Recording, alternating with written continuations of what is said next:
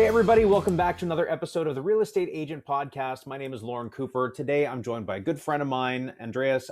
This is a different episode than we typically do. We normally talk about, digging deep into a technique and how to build your business with this or that, or how did somebody get started. But Andreas is a very interesting, unique story in that he was selling real estate in Greece and now he's selling real estate here in Toronto. And I want to hear all about the differences and the similarities in building a business and what that's all about. So please introduce yourself to the audience and we'll go from there.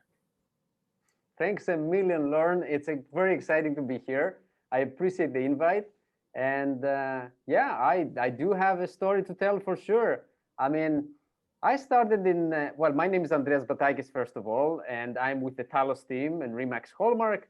But I started in real estate in Greece back in, it was 2005, 2006, somewhere around there. I can't even remember now. It's because you're such an old man that you went back that long. Exactly. And my story is a little bit like, one could say is a little bit like Superman, right? I was put in a spaceship from Greece, came over here, but my planet is still there. Krypton is still there. So the story was that I entered real estate as a sales manager for a developer originally back in Greece, right? And there are huge differences between how real estate works here in Canada and how it works back in Europe in general. Because what's happening in Greece, it actually happens in other places in Europe as well. So the challenge was after I was a sales manager for about 2 years, I decided with my wife that we wanted to start our own brokerage, real estate brokerage. So that was the beginning of a very interesting journey because we had no family ties with any real estate company. We didn't have any relatives that they were realtors, and suddenly we were introduced. We didn't find a portfolio of clients from anyone. So we started from absolute zero. Perfect. Well, when you were building, as a sales manager, were you then farming that area, or could you work that area where you were developing and selling those homes that were being developed? So it wasn't like I could still work the same area, but when I was a sales manager, basically the company, the developer, was building homes in a vast area, and a lot of time it was custom built homes. So in lots that people would purchase. So it was too vast to farm the whole thing. And back then, internet was big, but it wasn't as big as it is today. So there wasn't like the beauty of social media or the ability to reach out to people that easily.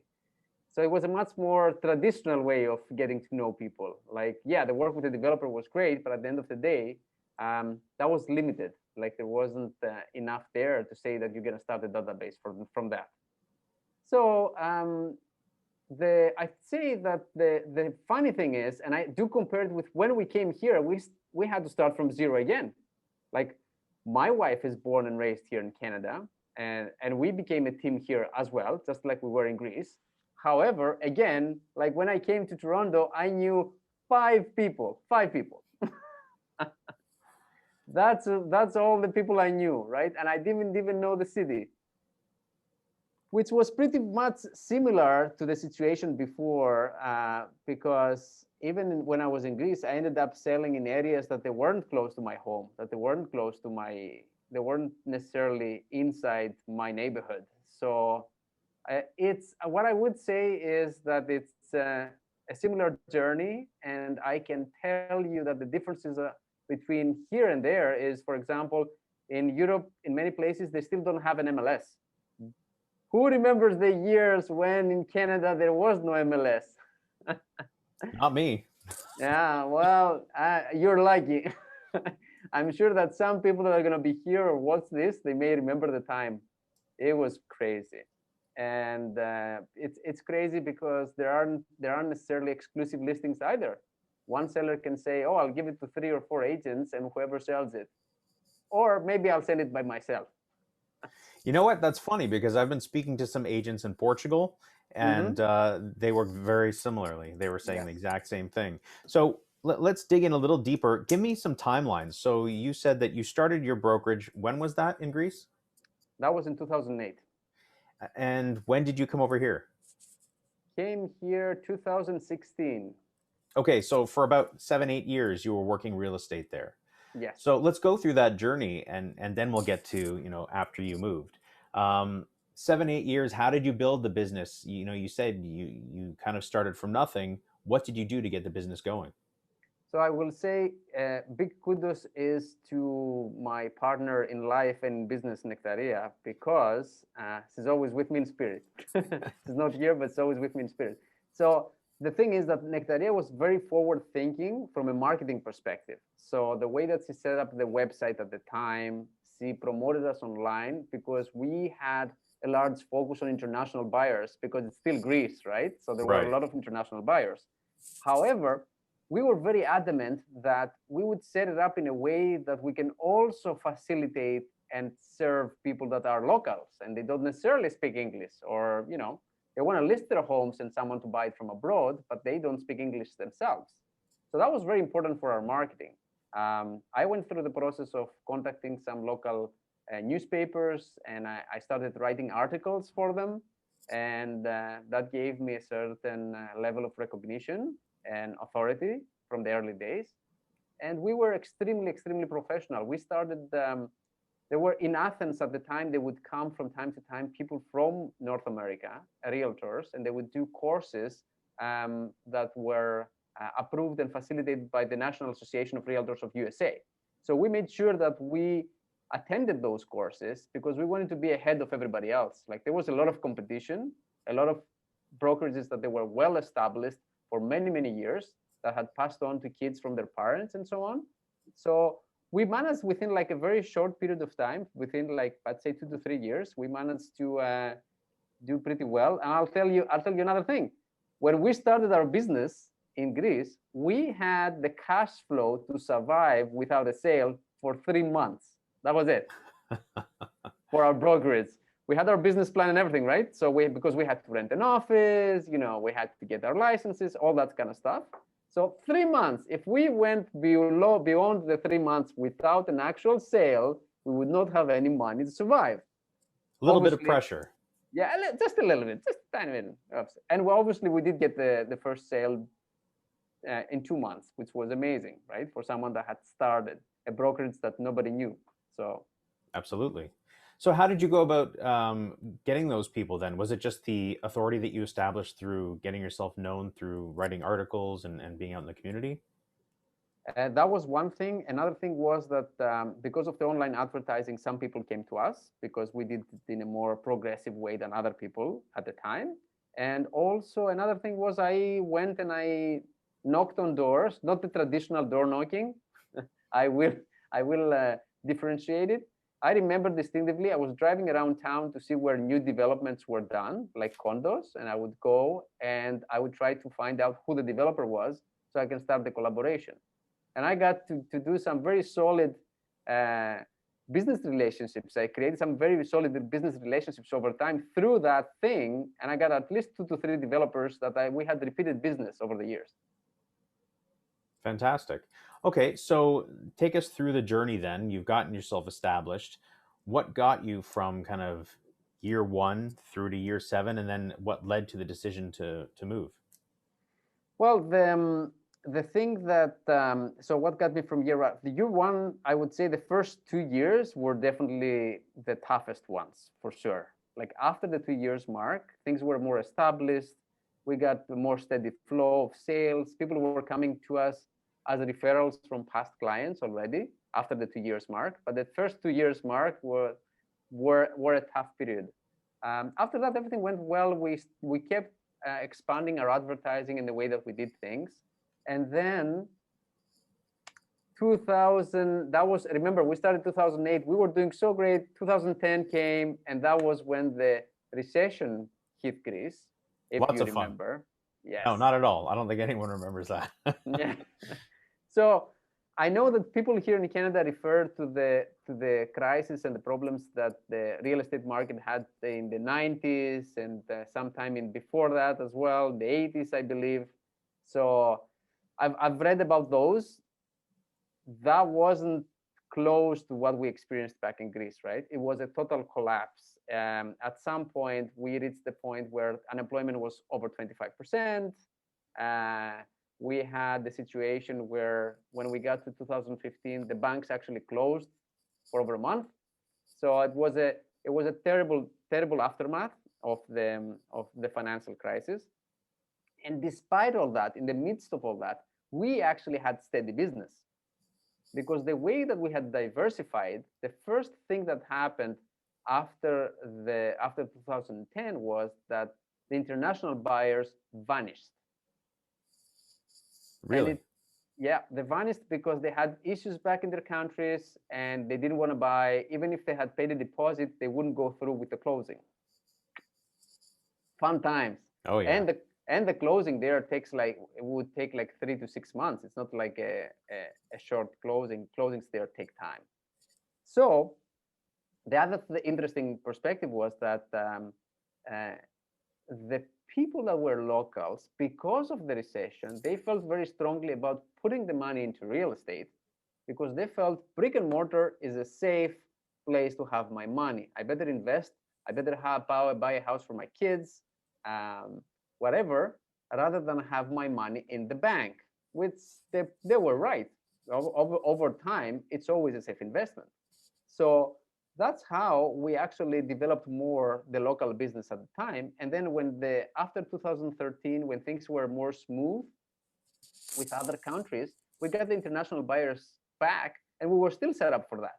So we got half and half. Our business was so it was really going really well. The deciding factor was I we had the 2016 was a very tough year because of the political issues, and that's when the bank's closure happened, because there was a huge disagreement between the government of Greece and the European Union and about how the financial crisis was handled. Right. So at that point in time, I was a very firm believer that I had to fight and stay in the country as long as possible. But at that point in time, I decided, okay, enough is enough. We have potential. Like I always believe that Nectaria and I, are very committed, very focused, and we should take Talos team to Canada because things are more stable, and we can do more things there. So that was the decision. That was the point when I made the decision, and I said, okay, that's it. We discussed and we said, let's go.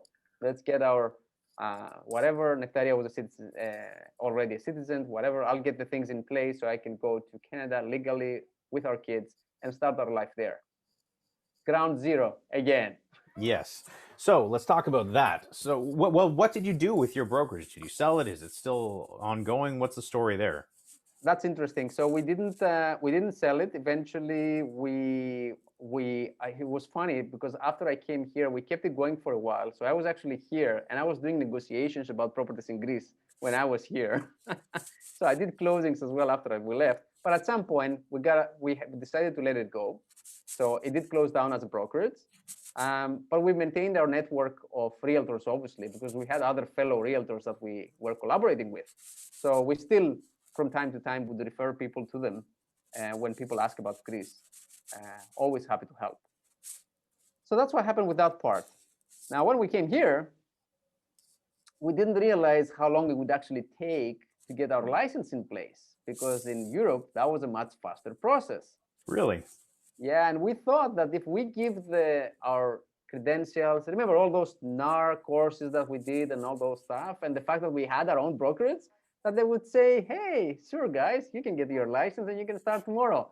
And that's not what happened. What they told us was, you just have to go through the courses like everybody else. So that was a surprise, an unpleasant one. But you know what? We had to do it. So we just split it and we did it. And the way we worked it out was Nectaria started first, and I got another job where I was doing the courses as well. And so did C, because we had to survive, right? And we started. And how we started, it was again another rough start, but we were very committed, very focused. So it happened. Well, let's get into that because people can relate. I mean, I had a rough start in the business. I, again, started from nothing, didn't know anybody in what was going to be moving, didn't know anybody in the business. So it took me, 2 years to really get off the ground, and year 3. Tell us a little bit more about the struggles to get it started, what you tried to make happen, after you got your license from that point on. Yeah, so after that point, I started like I did all the traditional stuff: door knocking, the cold calling. Um, we got a database. I can't remember which one it was. You know, when they send you some cold leads that they look at properties online and you contact them. And open houses, right? We did open houses. Remember before COVID when we used to do them? Unfortunately, I do remember that. I know. So you know what? I would say this for a person that is new in the business. Like I like to relate to people, and I find it easier when I'm with someone in person. I thought open houses was one of my favorite ones, right? From them all, and door knocking I didn't mind as well. So that's how we started, and that's how we actually got the first people that we work with. It was through the open houses, and it was also through the some of the cold leads. Took a long time to convert, but some of the cold leads that came through a database or a website, we managed to convert as well. So that's how it happened with us. Now I will say this: I did a lot of volunteering. Like I like to get involved in the community, and I got involved in the community, which is adjacent or aligned with my background as well. So some Greek organizations or Greek Canadian organizations that are based here, and that actually helped me as well to get recognized, for the work, because I did it from the heart. I didn't actually expect anything from it, but it helped me develop. Remember, I knew only 5 people, and it helped me develop a social circle that I didn't have before. uh, did that result to an actual sale? Yes, it did. It actually did. I did get at some point where there was some person from that social circle came to me and say, "Hey, we want you to help these people that we know," and yeah, it worked. So that's how we've put it all together. And again, Nectaria, very forward thinking. She's the marketing brain. She's the visionary. I'm more the give me the stuff that needs to be done, and I'll make it happen. Part of the team. Yeah, the social media has helped us as well a lot. So, how are you utilizing social media, and what kind of return are you seeing?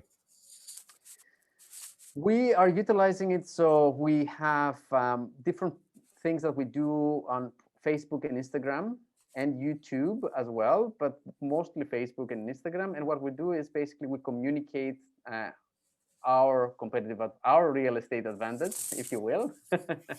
And we have the niche market that we love help, and those are the people that we're trying to talk to. And if you ask me what's our niche market, it's other families. We're a family of 4 that came to Toronto. We had to go through a bidding war to get a place to live in. So we lived it, like really lived the whole thing, and what was the gaps that we weren't happy with in the process. So now we've created a method, we call it the Talos method, and we address all these points, especially for families. So, when you came here, I mean, you also did some networking amongst realtors because that's how we met, Exactly. right? Yes. And how do you think that benefited you, if it did at all? No, I would highly recommend it, because the thing from interacting with professionals like yourself and other fellow realtors that I met through the networking was very helpful, because it gave me an insight to the market. It helped me, you know, bounce off ideas as well. Like we discussed things within groups that we've been together before, and that's there. I can't put a price or a value to that. I think that's invaluable, because if you don't interact with anyone, if anyone is new in the business and you're not interacting with anyone, you're basically living in your head, and you have to get outside your head. What were the big struggles that you found regarding networking with other realtors or really meeting people in a new place?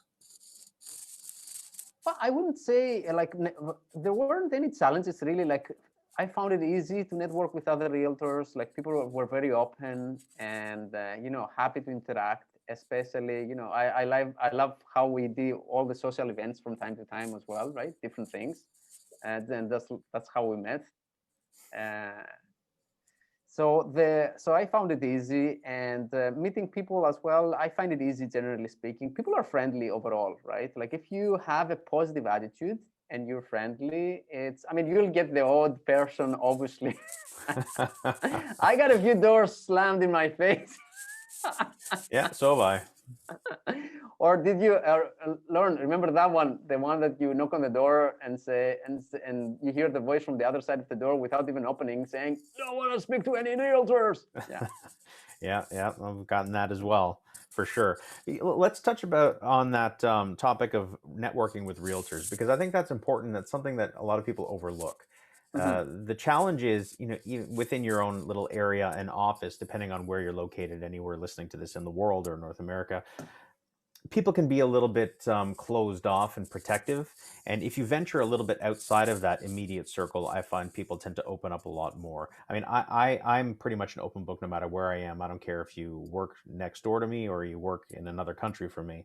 But I know a lot of people necessarily aren't. And I Mm-hmm. think that if you don't have those groups, now we have Facebook groups and all these other things.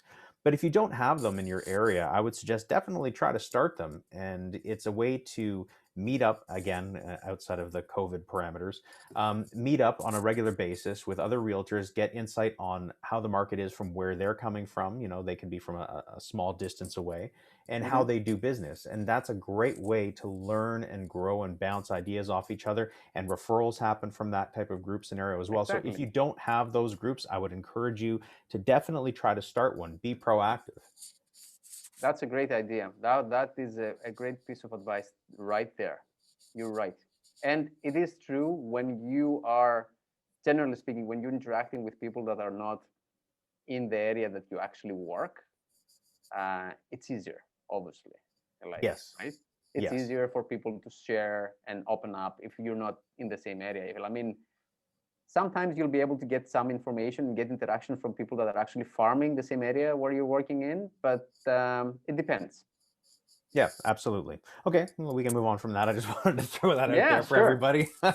Sure. All right, so you've been here now for a while. You guys have a fairly established business. I'd like to get into the nitty gritty of where do you see most of your business coming from? Has that changed over the last couple of years? And what are you really focusing on? Well, we see that's a great question. We see that our business is still coming from people that respond to some ads that we did, or some type of advertising that we've done. We do get a fair share of referrals or repeat business at this point in time, that they come back to us either for themselves or for other things. And I mean, that's one of my favorites, right? When you get that to happen, when you have to work with the same person for the second time, that's obviously an amazing Right. validation that you've done something right. So that's still the two main sources and the pillars of the. And I do, like, even when people respond to an ad, that's still a type of cold calling. It's not necessarily as cold as through the phone book, but obviously, at least they've shown some kind of interest. But these are the actual pillars of the business. And the more, what I've noticed, and I will say this, is when you remain consistent, eventually those people, or some of those people, are going to become business for you. So And how are you remaining consistent? You're talking about follow up and yes, staying in yes. contact, but how do you do that? So you need a database, right? We all hear about databases. You need a database that you can put people in. You can have your reminders. You have your notes. You know who you talk to when, and when you need to talk to them again. But you have to be, like, the one thing that anyone has to develop is perception. Like, when you speak with someone, you have to sense, even if they say, "I'm not ready," or "I don't want to do something now," you gotta explore and ask the right questions to see if this is a potential client down the road or not. And even if they're not, that still doesn't mean that you have to write them off and not follow up with them. Right. So how often do you follow up with someone typically? Typically, so if it's definitely every month, not necessarily over the phone. It depends how warm the conversation was, or where the person was when I spoke to them the first time. But they get the emails, they get the emails for sure. Sometimes, depending on the person, we may become friends on Facebook as well. So then I know that they're if they reached out to me by Facebook, that's what I'll be doing. So That's how I do it. But it's very consistent. Like I've been consistent. I have the database. I check it every day to see who I need to call, who I need to follow up with, as well as just following up even on people that I never got to speak with in the first place. So do you run a daily schedule that you're fairly strict to, or are you kind of fly by the seat of your pants? You just kind of feel it out? I have a more it's not an absolute rigid schedule, but I do have a schedule every day that I follow, and I wake up very early in the morning nowadays, which is like I'm up before 7. So I do some stuff in the morning to prepare myself, has to do with mindfulness, and other things to prepare me for the day every day. And then what I do is I focus on things that I need to do in the morning that I don't want to call anyone at 8 o'clock in the morning. I don't think it's a good idea. So I do the things that they don't involve calling people usually in the morning. And then in the afternoon, I will go through the point of, the appointments and actually talking to people. But I'll be doing it every day. Okay. You had mentioned staying consistent and follow up, sometimes with phone calls if they're warmer, but if they're not a super hot lead, you're still staying consistent with email. What kind of emails are you sending out and how often? So again, I every 2 weeks or every week, I would be, depending on the case, like I separate people depending on what they told me, but usually once every 2 weeks or once every week, they'll get an email which has to do with the things that we're doing, like keeping them up to date with what's going on in the market, uh, any news, and things that have to do with our personal stories and results. Like I like to share some of our stories from time to time, and I think that's interesting as well. Like people want to hear about things that interest them. The challenge is like I can learn. I have to say it's very hard to say which type of email actually is the one that works best. Right. I can't tell you, right? Because we're trying multiple things. Like I don't know if people like to see advice about what to do with their garden in the spring, or whether they're more interested in learning a story about how this family went through some struggles and Andreas helped them address them. Or someone else may just want to find out what's happening in their local market and what the prices are, and they're not interested about anything else. There are so many different personality types that it's very hard to know. But we try multiple things, Okay. right? And how are you sending the emails? Are you using something like MailChimp or Constant Contact or one of those programs? Yes, a similar one. Not those ones. It's Follow Up Boss is the one that we're Okay. using. Well, Follow Boss is a complete CRM, and within that you can send out emails. How many emails does that allow you to send per month? Because I know everyone has a different limit. Do you know? To be honest, I haven't set up the specifics myself. But Okay. I'm just using it. I don't know if there is a limit. Oh, okay. I don't think there is a limit. I never had any issues. And you can track open rates and click Oh throughs yes, and all that stuff. yes, exactly. So you know if someone is actually reading your emails or not. Okay. And if they're not reading your emails, you gotta call them. Even if they're reading your emails, you still have to call them. And the thing is, you gotta speak to people. If you don't, that's if I have one thing that I'll say at the end of the day is when I speak to people, things happen. If I don't speak to anybody, nothing's gonna happen, no matter how great my emails are. Yeah, you have to maintain a personal connection. The email can be there as a little reminder, a gentle reminder every now and then.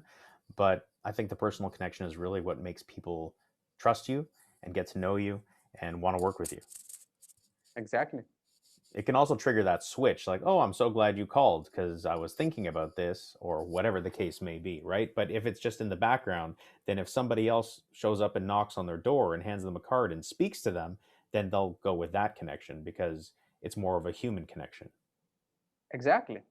And that's how it happens. Like, and it has happened. Exactly the example that you told me happened this year. I called the person who said, "Oh, it's great that you called. We just got our pre-approval." Perfect. Excellent. and we and we got them the house. There you go.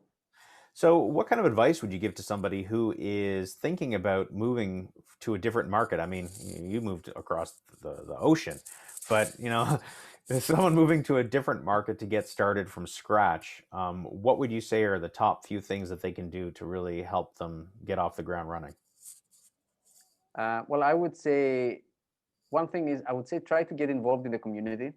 like if there's any organizations there, the local school, if you have kids, right? And you can, because otherwise it can be weird. If you have kids and you can volunteer and start doing things so that you can meet people and they can start seeing you as a human. It's very important for us to be seen as humans before they see us as realtors. That's what I think. And then get a database, make sure that you're organized. If there isn't a Facebook group in the area, as you said, try to get one started, network with other people in the area. And it's, if you know that you're going to be doing it, do it before you go. I wish I had done that before I came here. That didn't cross my mind. So in retrospect now, I should have networked with realtors before I even came. Just saying, hey, I'm a realtor and so, or I'm thinking about getting into real estate. I would love to pick your brain or kind of get to know you, whatever. Yeah, exactly. And get into some groups maybe, or try to speak to people. Yeah, that would be the very beginning. And then after that, after you establish relationships, you have to start doing the things that you need to do, right? Make yourself visible, contact people. Excellent. Well, thank you so much for sharing your story today. I really appreciate it. It's been a pleasure. Never shared it this way before, so it was the first for me too. Well, hopefully it gave some people some insight if they're thinking of moving to anywhere in Europe and they understand that it really is the Wild West out there, even still. No MLS systems in a lot of places, and people are, fighting over the same listing all the time. Exactly. Yeah. All right. Thanks so much. Take care. Thank you, everybody, for listening, and tune into the next episode. Don't miss it. Bye.